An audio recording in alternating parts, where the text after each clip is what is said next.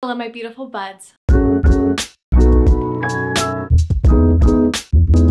back to my channel, Sprouts with Joy.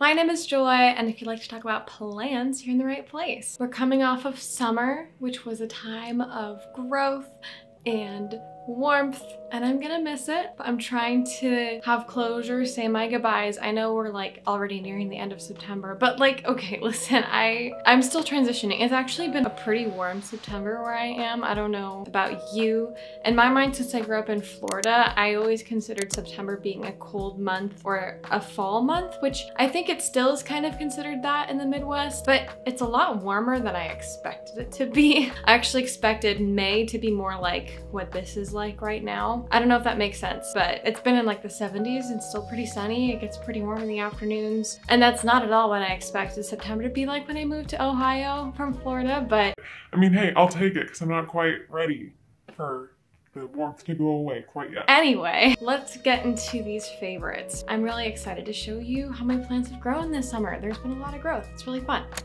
The first plant I'm going to talk about is my variegated string of hearts, and it's so long. I mean, it's obviously not like the fullest string of hearts you've ever seen. I mean, there are some pretty intense ones out there, let me say. But compared to, I mean, what I got this as, it was maybe this long, maybe 2 cuttings in a pot. It was tiny when I first got this plant, and I've since propagated it, put it back into the pot, done all of that, and it's been living in my greenhouse cabinet because I do not trust my cats with this plant. They're violent. But like, look. Okay, here, I want to give you a closer look. Isn't that so cute? I love it. I love the variegation. I love the coloring. It's so cute and I love it. I love it so much. I'm not gonna say anything other than I love it. I don't know. There are roots coming out of the bottom of the pot, just kind of sneaking out. They tickled my fingers as I removed this from the cabinet, and I was like, oh, do we need to repot you? I don't know. So, I mean, sometimes plants will do that and it doesn't necessarily mean that they need to be repotted, but it's a potential sign. So we shall see, but I absolutely need to propagate it. Oh no, I got it tangled. Oh no. I will say that is something that I don't like about this plant. I mean, I chopped off my hair, my own hair, so that wouldn't happen, and now I have to deal with it with a plant. But anyway, I will deal with that later. There are definitely some really long pieces that I just need to cut and add to the top of the pot so that then it'll just be fuller on top, because I mean, it's like pretty okay, but it's like hitting the bottom of the cabinet, so I absolutely need to address that. I am so happy that this plant has done well for me, because generally speaking, I have not, I mean, it's not that I haven't had good luck with string of hearts, but there's definitely a learning curve with this plant, and I have almost murdered various string of hearts that I've owned, because I have the Silver Glory one, which is stable, but not doing incredibly well, and then I also have a regular string of hearts that's outside right now, and it's doing well because it's outside, but the hearts are kind of small, and I think that's because it dries out so quickly with being outside. But this one, like, of all of my string of hearts, this one's doing the best. Even though it's actually the smallest pot, technically, I'd say like it most consistently comes out with these good sized hearts with like good variegation, and it's growing really consistently for me. I do think Wild Fern sort of cracked the code with these. I've followed her care tips with this plant, where basically you don't treat it like a cactus or a succulent. Make sure you water it and keep it hydrated, because that's how it's gonna grow well for you and not get root rot, or rather dry rot. But yeah, this one's just doing well, and I'm so happy about it because I love this plant. All right, oh, you just hit me in the face. This is my ficus elastica tineke, and let's just take a moment to appreciate the beauty of these leaves. Holy moly. And look at how big she is. I mean, I know these guys can also get really, really big, but I think, so this plant has spent outside in the summer, and I think, let's see, do you see where this green stem is right here? That is the beginning of like all the new growth from this summer. Over half, or about half, of the plant is new growth since this summer. Like, it was only this tall when I brought it outside. Can you believe it? I can't believe that. That's insane. So it's come out with so many leaves. It did lose a few leaves as the plant acclimated to being outside. So as you can see, this portion of the stem is pretty bare because the leaves got scorched and they died and they were dramatic. But, you know, that's ficus for you. But considering ficus, I feel like Ficus elastica are slightly less temperamental than most other ficus, or at least Ficus lyrata, which is the fiddly fig. These guys, they're still kind of temperamental in that when you move them, I don't think they like it very much. But if you find a place that they like and you camp them out there, they'll grow really quickly. And look at how beautiful those leaves are. And they're also huge. Dude, look at that. My goodness. I will say, I never really noticed Ficus elastica while I lived in Florida because I was plant blind, I guess. I mean, that's kind of a thing. Before you know about houseplants, before you start collecting plants, you kind of don't notice the plants around you. At least that was the case for me. Literally growing up in South Florida where people would have tropical plants just in their landscaping. I just didn't notice them until now I go back and I'm visiting and I'm like, have those things always been there? What? So I visited Florida back in June and I saw massive Ficus elasticas, mostly burgundies, but a handful of tinekes and rubies. Oh my gosh, they were insane. They were so big. They were like, there was one in the Keys, literally as big as someone's house. It was huge. And obviously I don't want to grow this out to be that big. I don't think that would be possible in Ohio. Just seeing the potential and how gorgeous that was, it made me appreciate my ficus a lot more. And now that she's been growing outside, I'm in awe of how gorgeous this plant really is, because this was a plant that kind of over the winter time I sort of forgot about it. I really have not talked about this plant a lot, and I figured after the summertime this plant really just deserves the spotlight after all of that hard work and growth over the summer. So I really am so happy with this plant. I have 6 favorites on my list for this month, and 4 out of 6 of them are in the greenhouse cabinet, actually. So I guess that's one of the themes for today, but this is an anthurium. It is an anthurium hybrid from Carnivero, Carnivero. I don't know. I actually unboxed it on this channel. It's a cross between the Anthurium dark crystallinum and the Anthurium papillanimum. In my care, this leaf has emerged, and now this leaf, and it's so precious. I love it. I'm so excited to see how this plant develops. It's been loving the cabinet. It's been honestly super easy so far. The only blemish really is like a little bit of yellowing here, but I think that's because I kept it in the sphagnum moss for too long. But I have repotted it into this clear pot, so you can kind of see the roots, and they've been growing towards the edges there. And I found the anthurium roots go hard. They are thick, they grow so fast, and they're so robust. So honestly, I really appreciate that about anthurium. I found I tend to get more nervous when a plant has really fine root systems. It just, but in general, I just want to appreciate this plant, and I'm really excited to find out what it's going to look like as it matures over time, because I'm obsessed with Anthurium papillanimum. If I could get just a purebred Anthurium papillanimum, I absolutely would, but they're a little bit pricey. Even the hybrids sometimes are pretty pricey. Thankfully, this one actually was not, which is why I jumped on it and bought it immediately when I saw it on the site, but it's okay. This, I think, will satisfy my craving for now. This leaf is still hardening off. It's gonna grow a little bit more. But like, look at that.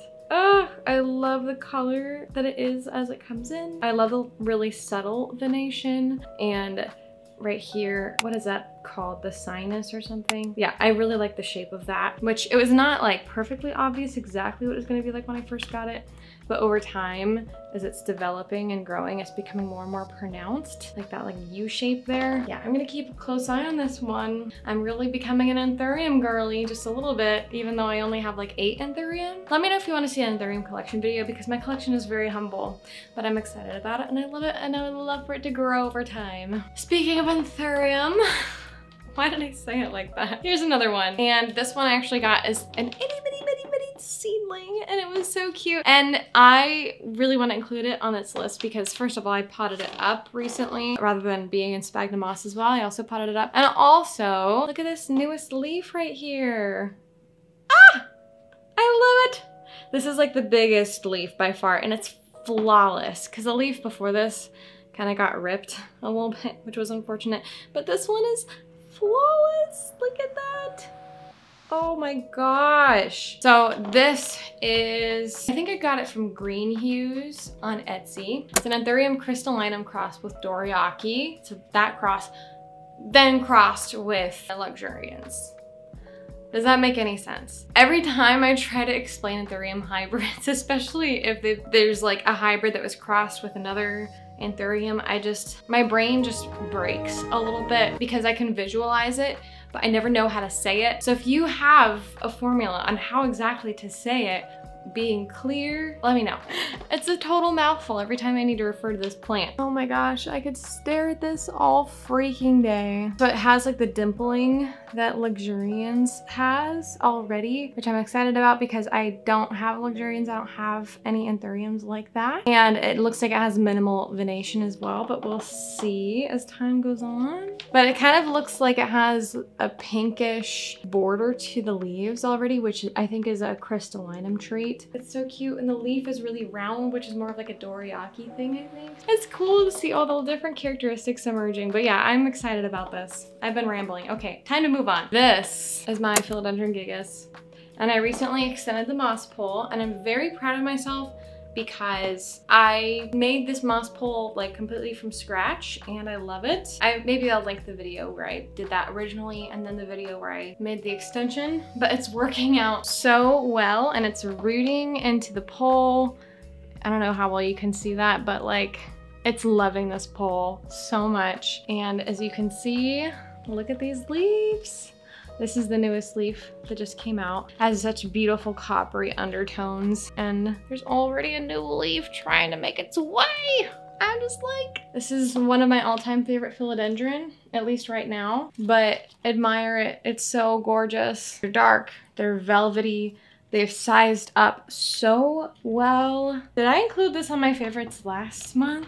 I don't know, because I feel like I was just talking about this plant, but it deserves to be talked about. So yeah, it's continuing to be a favorite of mine, even if I did talk about it last month. I honestly can't remember, but look at it. I love it. I love it. I think that this plant has been the most, oh my gosh, the AC just turned on. It's blowing right on me. No, thank you. I think that this plant has actually been the most surprising to me because I knew that I would like a gigas. It's a velvety philodendron and it's really beautiful, just objectively. But in terms of care, I was not very confident in my ability to take care of it. If I'm being honest, I really did not think that it would go as well as it has gone. But can I just say, this plant surprised me so much. Now, granted, it is in the cabinet. This is the most successful I have ever been with a moss pole ever. So I will pretty much be doing this kind of pole from now on because it's just been so successful for me. But I just feel like me and this plant have a thing going. Like we understand each other. I know when this plant needs to be watered just super intuitively. And we're just like, we're on the same wavelength. And I have not had any issues with this plant, really. The leaves have been sizing up really consistently and I just haven't had any problems. And I don't know, I think because it was a velvet leaf philodendron, I was sort of expecting it to be a lot more difficult to take care of and honestly kind of stressful. I was a little bit nervous getting this plant because when I got it, it was, I mean, the leaves were this big when I got it. It was so itty bitty and I was so nervous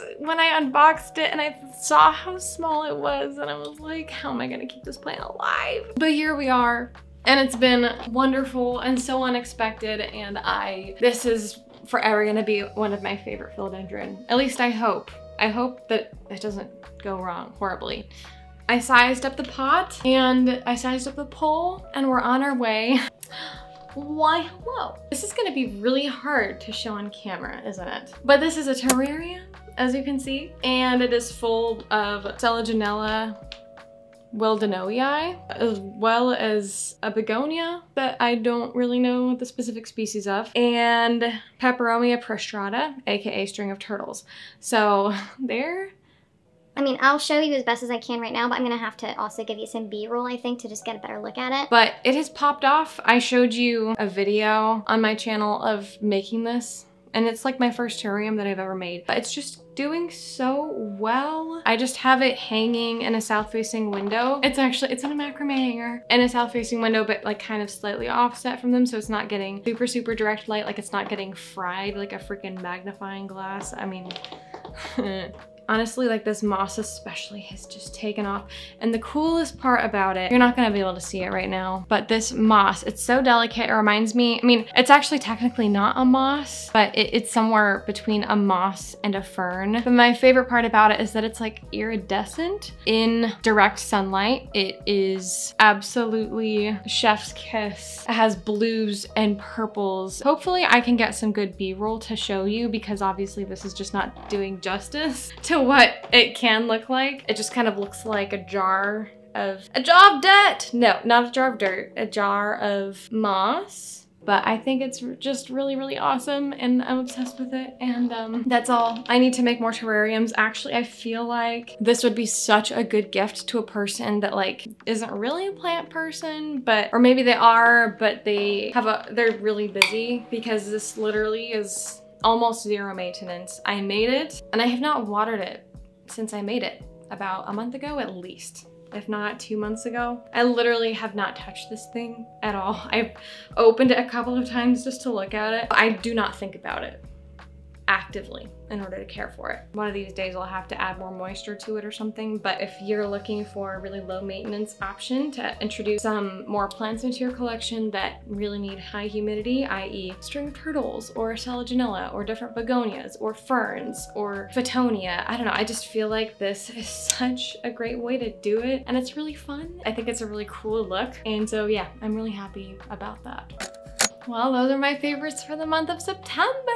I love to hear about the plants in your collection that are standing out to you. I don't know, let me know if you have any of the plants that I talked about and like how you feel about them, how they're doing, that sort of thing. If you like this video, don't forget to like it and subscribe if you want to. And yeah, I hope that you guys have a wonderful and blessed day.